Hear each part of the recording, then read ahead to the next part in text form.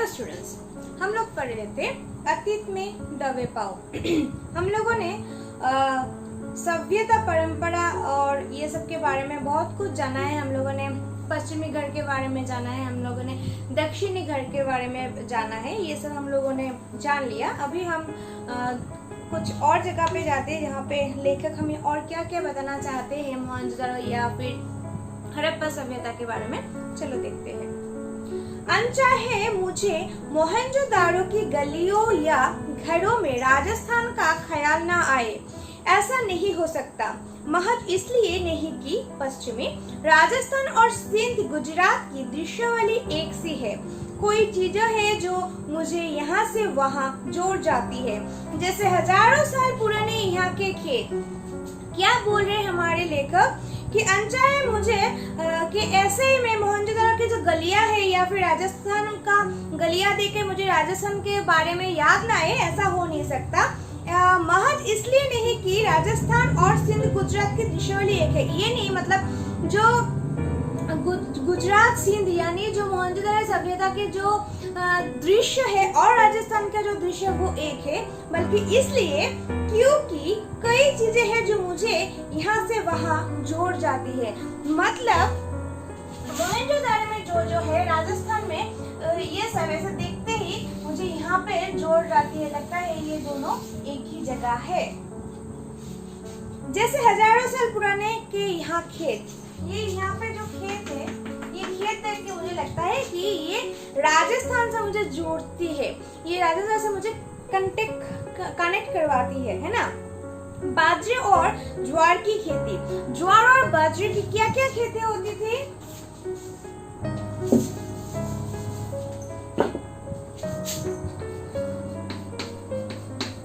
बाजरे और ज्वार का खेती हुआ करता था मोहनजोदारो में। मोहनजोदारो के घरों में टहलते हुए मुझे कुलधारा की याद आई।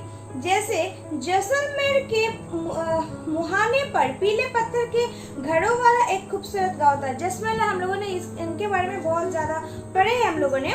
जैसलमेर के जो पीले पत्थर का जो घर है वो खूबसूरत वो गांव है। वैसे ही मोहनजोदारो में जो कुलधारा है उसकी याद आती है हमारे।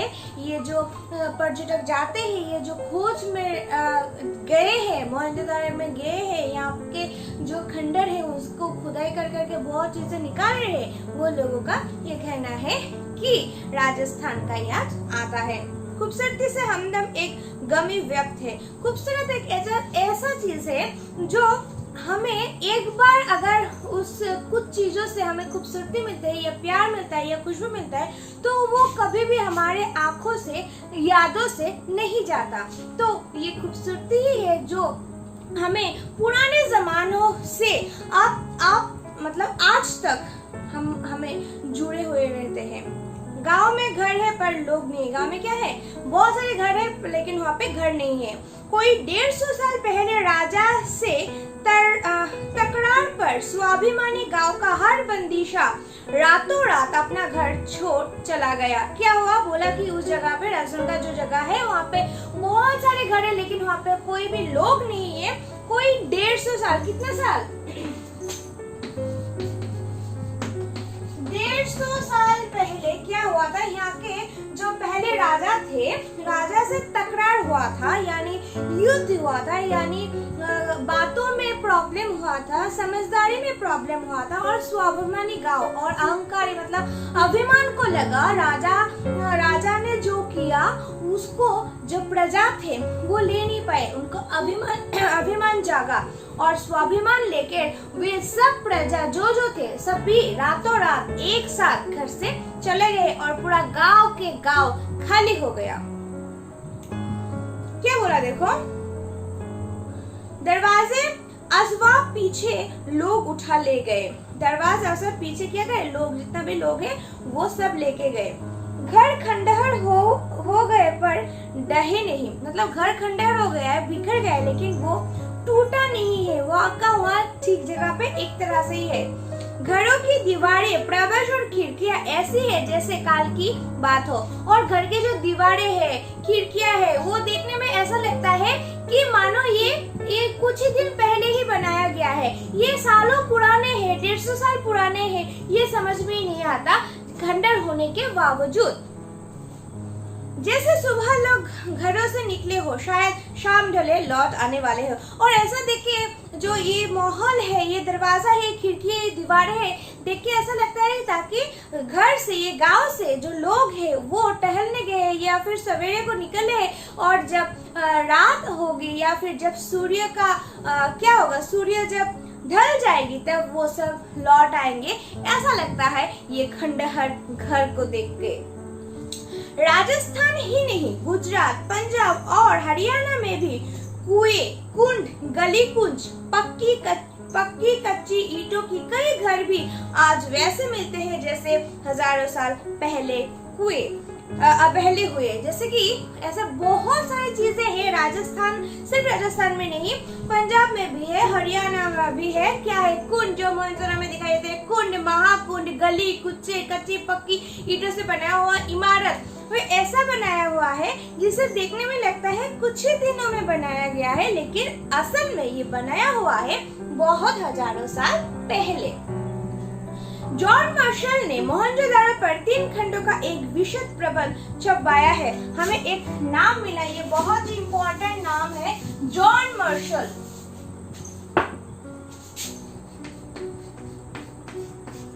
जॉन मार्शल, उन्होंने क्या किया, मोहनजोदड़ो पर 3 खंडों का एक निबंध लिखा कि मोहनजोदड़ो क्या है क्या नहीं, इसके बारे में 3 खंडों का एक प्रबंध उन्होंने छपवाया, प्रकाशित किए हैं। उनमें खुदाई में मिली ठोस पहियों वाली मिट्टी की गाड़ी की चित्र के साथ सिंध में पिछली सदी में बढ़ती जा रही ठीक उसी तरह की बैलगाड़ी का भी एक चित्र प्रकाशित किया। जो हम लोगों ने पढ़ा था कि मोहनजोदड़ो में जो यान वाहन थे वो बैलगाड़ियां थे, तो मिट्टी से बनी हुई, उन्होंने मिट्टी से बनाकर क्या किया, एक ऐसा बैलगाड़ी बनाया और उसको प्रकाशित किया कि उस समय पर ऐसे बैलगाड़ियां चलते थे। तो उनके ये चित्र प्रकाशित करने से हम लोगों को अंदाज आया, हम लोगों को समझ में आया कि ये बैलगाड़ियां उस टाइम पे कैसे थे। तस्वीर से उन्होंने एक सतत परंपरा का इजहार किया। हालांकि कमानी या आड़े वाले पहिए का आविष्कार बहुत पहले हो चुका था, जब मैं छोटा था। तो लेखक बोल रहे हैं कि ये हमारे जॉन मार्शल ने जो चित्र प्रकाशित किया, तस्वीर जो दी, उसमें सतत परंपरा का इजहार किया। ये परंपरा त्वर से ये बैलगाड़ियां होके आ रही थी, यानी बैलगाड़ियां जब मोहनजोदड़ो में जब मिली वो तभी का नहीं था, उसका एक परंपरा, उसके पहले भी बहुत सारी बैलगाड़ियां बनी हुई है। उसे वहां से आते आते आते आज ये आविष्कार हमको या फिर लेखक को देखने को मिला। आविष्कार बहुत पहले हो चुका है, जब हमारे ये लेखक बहुत छोटे थे। हमारे गांव में भी लकड़ी वाले ठोस पहिए बैलगाड़ी से जुड़ते थे, यानी लकड़ी से बैलगाड़ियां बनाए जाते थे जब हमारे लेखक बहुत छोटे थे। अब तो उसमें जीप की उतारू पहिए लगते हैं। अब तो जीप मतलब जीप से ये बैलगाड़ियां चलते हैं। अब तो उसमें हवाई जहाज के उतारू पहिए बाजार में आने के बाद ऊंट गाड़ी यानी गाड़ी नहीं का आविष्कार हो गया है।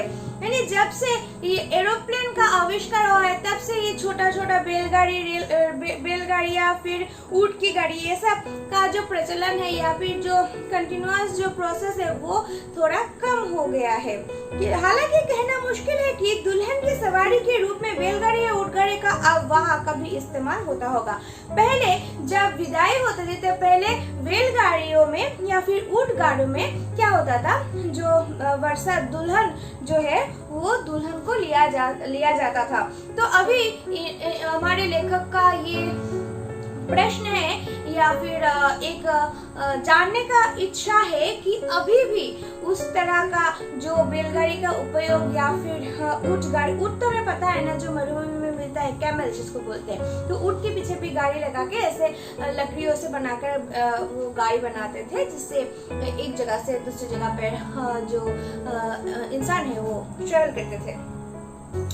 हमारे मेजबान ने ध्यान दिलाया कि मोहनजोदारो का आया वगैरह देखना अभी बाकी है। यानी मेजबान जो बहुत सारे ऐसे लोग हैं जिन्होंने बोला कि जो मोहनजोदारो के बारे में आप लोग इतना तक जानते हैं वो काफी नहीं है, और भी बहुत कुछ है मोहनजोदारो में जानने के लिए। वो क्या है? खंडहरों से निकल हम उस साबुत इमारत में आ गए। तो हम उस खंडहर से बाहर आके हम उस इमारत पे गए जहाँ पे हमें बहुत कुछ मिला। वो क्या है? लेकिन प्रदर्शित सामान आपको खंडहर से निकल आने का एहसास होने नहीं देता। लेकिन जो प्रदर्शित हो रहा है, जो हमें दिखाया जा रहा है, वो खंडहर से निकल आया है ऐसे समझ में ही नहीं आता। कुछ ऐसे चीज मिला है जिसको देख के समझ में नहीं आता कि खंडहर से निकाला गया है।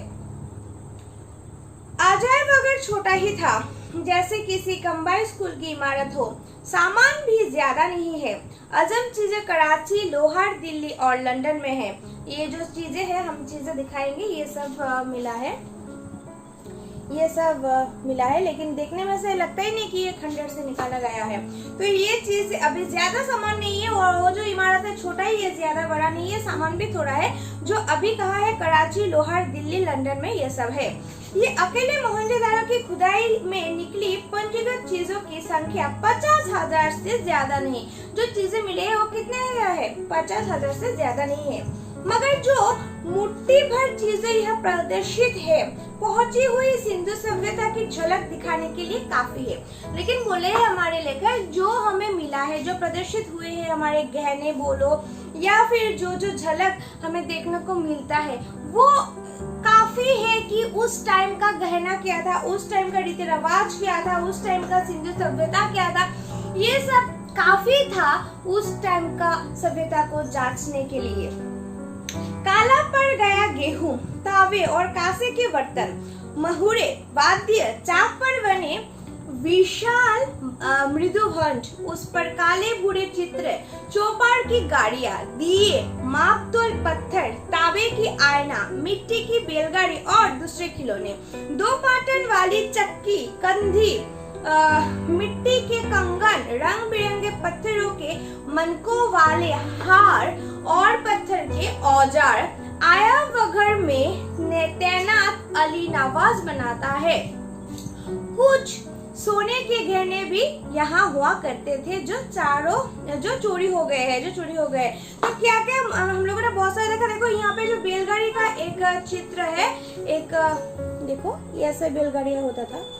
तो क्या क्या है, एक बार मैं फिर से बोलती हूँ कि काला पड़ गया है गेहूं, तावे और कांसे का बर्तन मिला है, मोहरे मिला है, वाद्य यंत्र मिला है, चाक पर बने हुए विशाल मृदु भांड यानी बड़ा सा भांड मिला है, उन पर काले भूरे चित्र भी मिला है, चौपर की गोटियां, दिए मिले हैं, मापतोल पत्थर मिला है, तावे का आईना मिला है और मिट्टी की बैलगाड़ी और दूसरे खिलौने भी, जहाँ से बहुत सारे सोने का गहना भी मिला, लेकिन जो अभी चोरी हो गए हैं।